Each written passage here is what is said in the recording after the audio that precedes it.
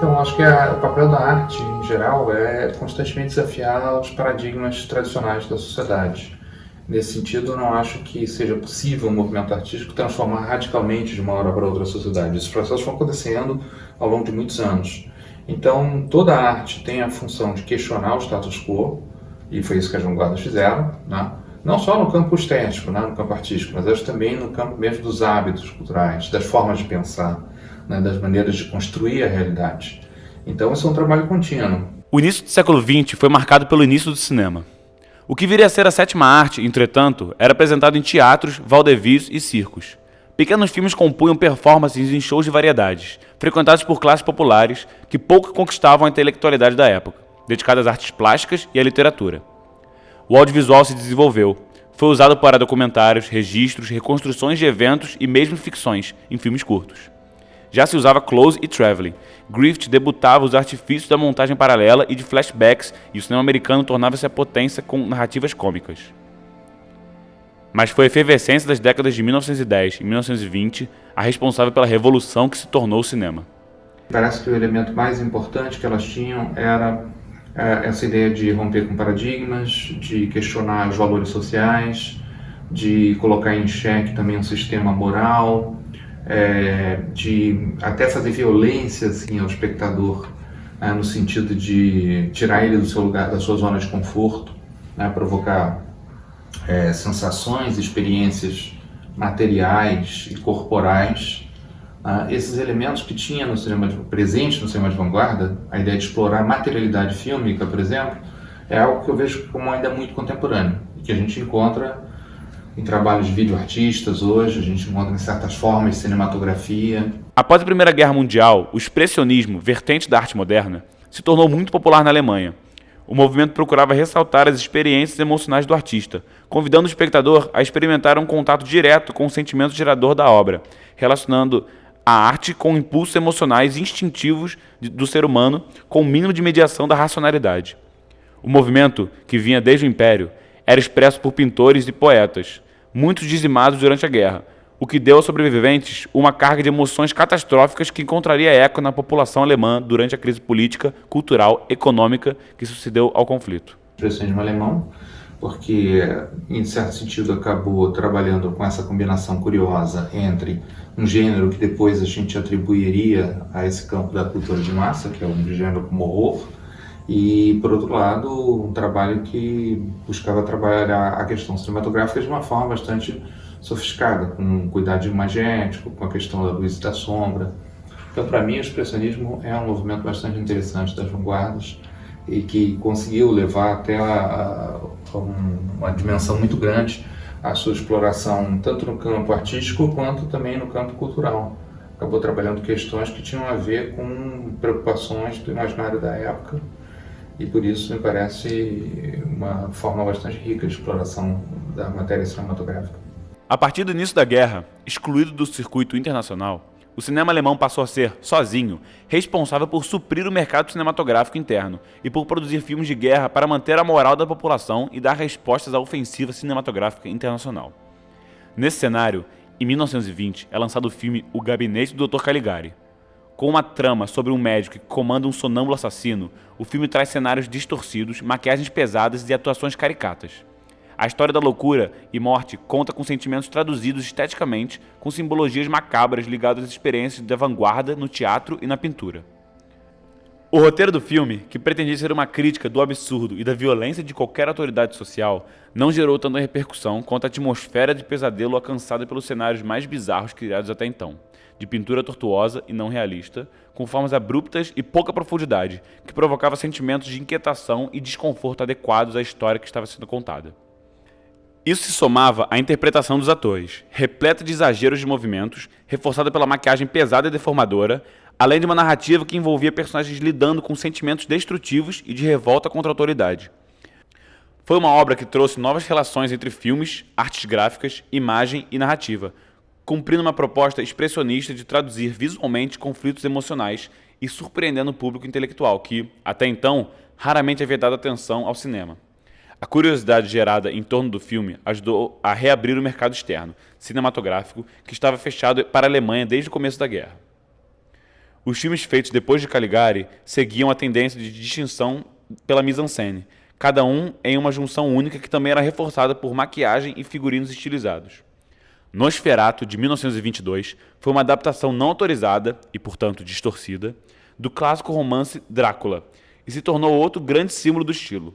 A história de Conde Orlok, vampiro que se apaixona pela moça Ellen e leva o terror à sua cidade, é permeada por atmosferas visuais fantásticas, produzidas em diálogo com a pintura romântica e com a expressividade das sombras expressionistas. Novamente, cenários que descrevem a situação emocional dos personagens e dialogam esteticamente com a trama. Metrópolis, 1927, de Fritz Lang, apesar da fantasia futurista, apresenta arquitetura fundamental para a construção dramática, com seus ambientes industriais ultramodernos que dão a ambiência da obra. Era um cinema autoral que envolvia vários estilos, operetas, comédias, dramas, aventuras e filmes eróticos, mas com uma ambiência semelhante. Dentre os elementos comuns que podem ser apontados sobre o filme estão a composição, cenografia, fotografia, mise-en-scène, a opção por evitar uso de letreiros narrativos explicativos ou, quando indispensáveis, integrados à narrativa visual, como em Caligari, o uso de uma narrativa moldura para justificar ou intensificar o caráter fantasioso dessas histórias e o uso de espaço off-screen como fonte de imprevisibilidade e enigma ao dirigir a atenção do espectador para algo que não pode ser visto. Foi recorrente a predileção por dramas fantásticos e mundos imaginários, em que houvesse ambiguidade e hesitação no que se refere à própria razão do narrador ou da voz da verdade. Os filmes deixaram como marca, sobretudo, seus vilões. O médico, louco Dr. Caligari, o vampiro pestilento Nosferatu, o demônio Scapinelli e sua galeria de monstros, figuras fisicamente deformadas, como o conde Orlok de Nosferatu, o gigante de barro de O Golem e o sonâmbulo Cesare em O Gabinete de Dr. Caligari. Eles traziam questões de insanidade, manipulação, sede de poder e desejos reprimidos de onipotência e liberdade instintiva, frequentemente colocados em pauta pela arte expressionista. Por todas essas características, esses filmes costumam ser apontados como a primeira experiência significativa do gênero horror na história do cinema. O êxodo de cineastas, atores, técnicos alemães em função das guerras atrapalhou influências expressionistas e difundiu elementos de técnica e estilo por diferentes estudos de gêneros, principalmente nos Estados Unidos.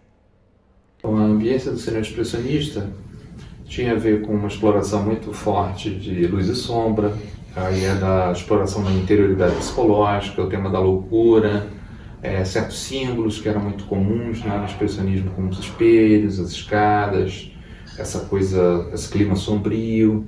E é claro que vários elementos desses, uma certa ambiência mais ou menos expressionista, a gente encontra em exemplos contemporâneos. Um filme que eu acho bem interessante, que tem a ver, eu acho, com essa ambiência, é o filme do Elias Merhige, que é o Begotten, filme de 91. E o Merhige foi, inclusive, um cara muito marcado, né, pela estética expressionista. Além do Begotten, tem esse filme divertido dele, que é A Sombra do Vampiro, no qual ele conta a história da filmagem do Nosferatu, né, pelo Murnau, mas colocando o ator que faz o papel do vampiro como se fosse um vampiro de verdade. Então, existe, sem dúvida alguma, no cinema contemporâneo, ambiências que evocam, né, essa experiência tipicamente expressionista. Enquanto o expressionismo distorce e choca ao criar histórias em mise-en-scènes únicas e caricatas, o surrealismo usa elementos comuns à nossa realidade, pontos e interações comuns, edição e efeitos especiais para causar as mesmas reações. O surrealismo vem da literatura e da pintura e tem seu auge no período entre guerras, quando o cenário político e o mundo em si pareciam conturbados. O movimento acredita que a sociedade está dominada por hipocrisia, mediocridade e pobreza, perpetuadas pela burguesia sob a forma de autoridade e ordem. Dessa deturpação viria a insatisfação do ser humano.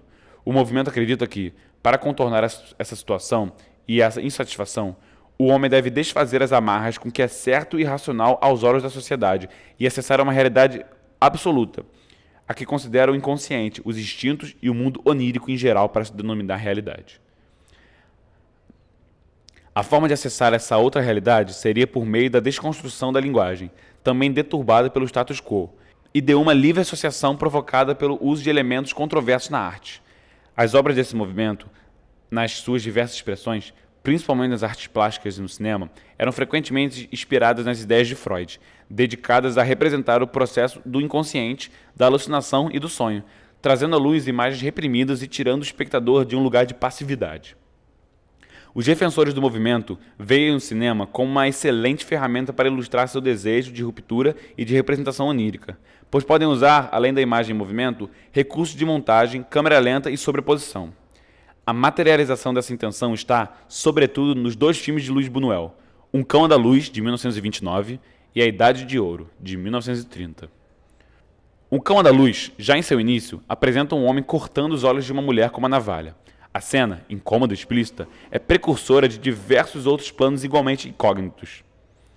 Um homem com formigas na mão, uma mão carregada em uma maleta, uma mulher com pelos na boca, um homem que avança sobre ela e uma temporalidade que avança e recua são alguns dos elementos de destaque do filme, em que um enredo propriamente dito é dificilmente identificado.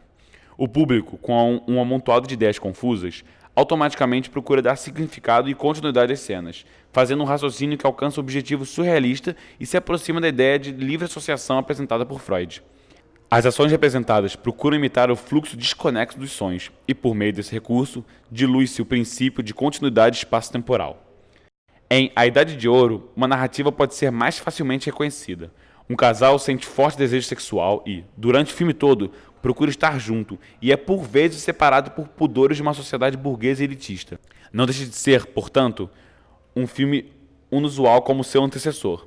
A primeira cena mostra uma briga de escorpiões e é seguida por outras marcantes, como a de um casal transando em praça pública, um garotinho que leva tiro e recebe indiferença dos participantes de uma rica festa, e da moça que, tomada por um enorme desejo sexual, chupa os dedos do pé de uma estátua. É comum nesses filmes a exploração de corpos, metamorfose, mutilações e do tema Revolução Industrial. A construção dessas obras, além de romper fronteiras entre realidade e o sonho e levar curiosidade dos espectadores para dentro dos filmes, gerou reações. A Idade do Ouro foi repreendido em seu lançamento e proibido em diversos países. Apesar da consolidação desses postulados do surrealismo, os representantes do movimento mantiveram sempre culto à liberdade. Ela, em todos os sentidos, devia estar acima de qualquer norma. O movimento surrealista foi uma dissidência do dadaísmo, e com ele compartilhava raízes na revolta contra a sociedade opressora e com formas de representação ultrapassadas. Enquanto o dadaísmo investe no potencial irracional das artes, opondo-se a qualquer possibilidade de fazer sentido, o surrealismo procura criar uma nova lógica, em que há a ressignificação de objetos cotidianos, construções que beiravam a loucura e os recursos da escrita automática, isso é, a prática de ir concateando, sem levar em conta pressupostos racionais, frases ou imagens aparentemente absurdas, objetos ou coisas desprovidos de qualquer semelhança palpável. Os cineastas dadaístas, como Marcel Duchamp e seu cinema anêmico, de 1926, e Man Ray em seu Retorno à Razão, de 1923, utilizavam como estratégia uma estrutura racional que, paradoxalmente, não permitia que o espectador adentrasse os filmes. Produzia-se um distanciamento. No lugar de analogias mais evidentes, surgiam formas contorcidas, frequentemente difíceis de serem reconhecidas. Ainda se tratando do cinema surrealista, é essencial destacar o filme Limite, de Mário Peixoto, de 1930. Ele é a única expressão daquele cinema da vanguarda do Brasil. Filmado em Mangaratiba e o único filme do autor, Limite tem como tema a passagem do tempo e a natureza humana. A obra retrata duas mulheres e um homem que, em um barco à deriva, sem mais força para lutar pela vida, lembram do seu passado em flashbacks abstratos, tais como a proposta surrealista. Apesar de ter sido mal recebido pelo público, o filme se tornou um clássico e, em novembro de 2015, foi eleito pela Associação Brasileira de Críticos do Cinema como o melhor filme brasileiro de todos os tempos. As raízes do cinema surrealista estão fincadas nessa época, como em filmes Julieta dos Espíritos e Amarcord, de Fellini, momentos deslumbrantes tão perfeitos quanto os conseguidos por Buñuel em suas obras. Eu diria, tem autores hoje que, sem dúvida, operam com inspiração no surrealismo. Eu acho que David Lynch, por exemplo, a obra do David Lynch tem uma pegada surrealista interessante. Tem uma influência que pode ou não ser direta, né? Na verdade, não importa muito a gente tentar claramente identificar essas fontes, mas entender que certos elementos de uma estética eles acabam constituindo uma espécie de um paradigma que até atravessa, né, diferentes temporalidades. Então, acho que a obra do Lynch, profundamente influenciada pela psicanálise, que me parece que tem isso, né, uma questão aí freudiana bastante acentuada, também tem relação com a estética surrealista, com certas ideias surrealistas, eu acredito. Com a eclosão da Primeira Guerra Mundial, os Estados Unidos se tornaram o maior fornecedor de filmes do mercado cinematográfico. resultando numa crise na indústria cinematográfica europeia. Em face da hegemonia americana, a França tenta reformar sua produção. Até então considerado um espetáculo essencialmente popular, o cinema deveria adquirir um novo estatuto, o de uma arte tão legítima quanto a literatura, o teatro, a pintura e a música. De início, foram poetas, além de outros artistas e críticos, que começaram a perceber esse audiovisual não mais como um simples entretenimento, mas como uma rica fonte de inspiração. Foi com a adesão do poeta, dramaturgo e crítico de teatro Louis Deluc, do escritor Marcel Lebier, do também poeta Jean Epstein e dos cineastas Abel Gance e Germain Dulac que o ideal se realizou. Eles não somente fizeram filmes e escreveram sobre cinema, como constituíram o chamado impressionismo francês. Os filmes desses diretores buscavam chegar ao que havia de mais específico na arte do cinema, ultrapassando as palavras e contando uma história por meio de imagens, mesclando narração e visualidades.